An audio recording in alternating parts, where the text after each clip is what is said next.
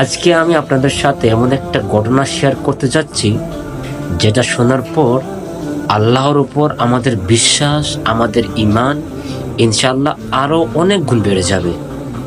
এটা কোনো বানানো গল্প নয়, একেবারে সত্যি ঘটনা, বরং কয়েকদিন আগের ঘটনা।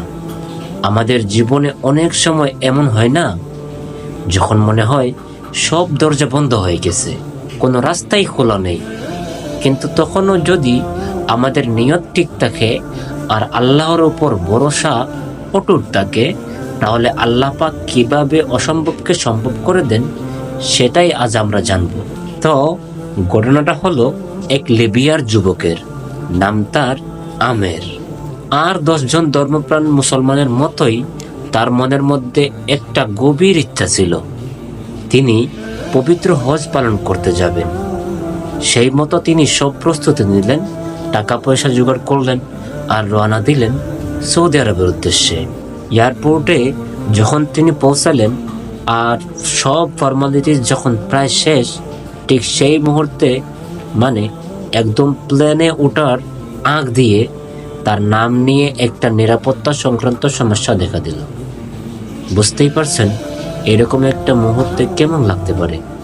এয়ারপোর্টের কর্মকর্তারা তাকে বললেন, ভাই আপনি একটু অপেক্ষা করুন, আমরা দেখছি ব্যাপারটা কি। এই দেখছি করতে করতে কি হয়ে গেল জানেন?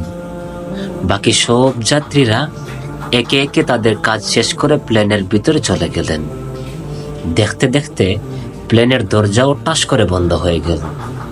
আমের বেচারা তখনও বাইরে অপেক্ষায়। কিছুক্ষণ পর তার নামের যে সমস্যাটা ছিল সেটাও মিটে গেল, কিন্তু ততক্ষণে অনেক দেরি হয়ে গেছে। পাইলট কোনোভাবেই আর প্লেনের দরজা খুলতে রাজি হলেন না। বেশ, আমিরকে এয়ারপোর্টে রেখেই প্লেনটা রানওয়ে ধরে এগিয়ে গেল এবং চোখের সামনেই আকাশে মিলিয়ে গেল। একটু ভাবুন তো সেই মুহূর্তের কথা। এয়ারপোর্টের একজন অফিসার তখন আমিরের কাছে এসে তাকে সান্ত্বনা দিয়ে বললেন, ভাই খুব দুঃখজনক ব্যাপারটা, মন খারাপ করবেন না, হয়তো আল্লাহ এবার আপনার কপালে হজ রাখেননি। কিন্তু আমের, তার বুকের ভেতর যে বিশ্বাসটা ছিল সেটা ছিল পাহাড়ের মতো অটল। তিনি একদম শান্ত গলায় কিন্তু খুব দৃঢ়তার সাথে উত্তর দিলেন, দেখুন আমার নিয়ত তো হজের, আর আমি আল্লাহর উপর পূর্ণ ভরসা রাখি, ইনশাআল্লাহ আমি হজে যাবই। প্রিয় বন্ধুরা, আল্লাহর খেলা বোঝা বড় দায়, আপনারা শুনলে অবাক হবেন। এর ঠিক কিছুক্ষণ পরেই একটা খবর এলো, আমেরকে রেখে যে প্লেনটা গিয়েছিল সেই প্লেনটাতে হঠাৎ করে একটা মারাত্মক যান্ত্রিক সমস্যা দেখা দিয়েছে। অবস্থা এমন যে প্লেনটা আর সামনে এগোতে পারতেছে না। সেটাকে বাধ্য হয়ে এয়ারপোর্টে ফিরে আসতে হচ্ছে। সুবহানাল্লাহ।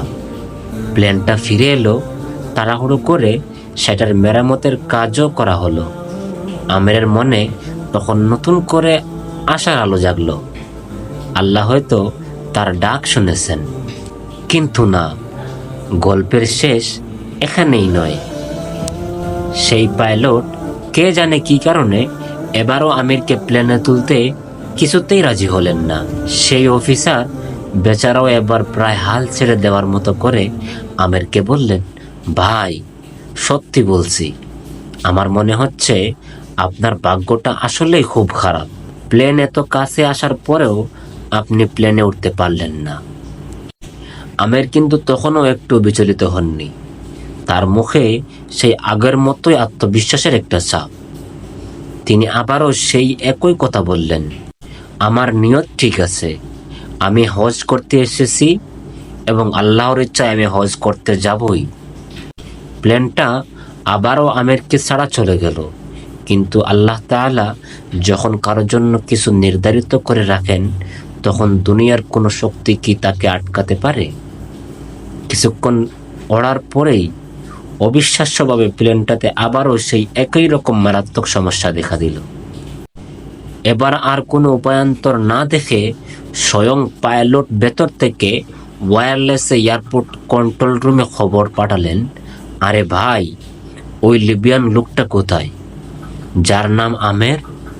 তাকে প্লেনে না তোলা পর্যন্ত আমি আর এই প্লেন নিয়ে এক চুলও নড়ব না।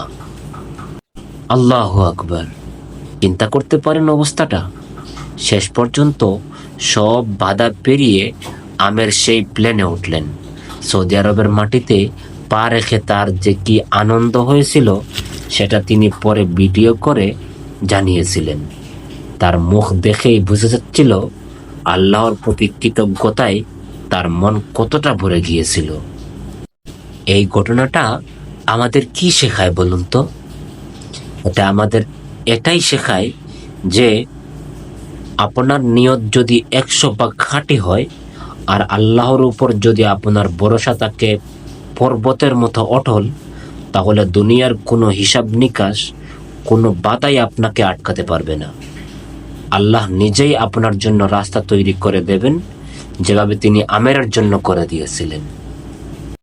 আল্লাহর একটা সুন্দর নাম আছে না, আল কাহার, অর্থাৎ যিনি সব কিছুর উপরে বিজয়ী, যিনি সমস্ত কারণকেও পরাস্ত করতে পারেন। আমেরের এই ঘটনায় আমরা সেই নামেরই একটি জলজান্ত প্রমাণ দেখতে পাই। তো প্রিয় বন্ধুরা, যখন ওই জীবনের কোনো কঠিন পরিস্থিতিতে পড়বেন, যখন মনে হবে সব আশা শেষ, তখন আমেরের এই ঘটনা একবার মনে করবেন। বিশ্বাস রাখুন, আপনার আন্তরিক প্রচেষ্টা আর আল্লাহর উপর পূর্ণ আস্থা থাকলে তিনি অবশ্যই আপনার জন্য উত্তম পথ বের করে দেবেন।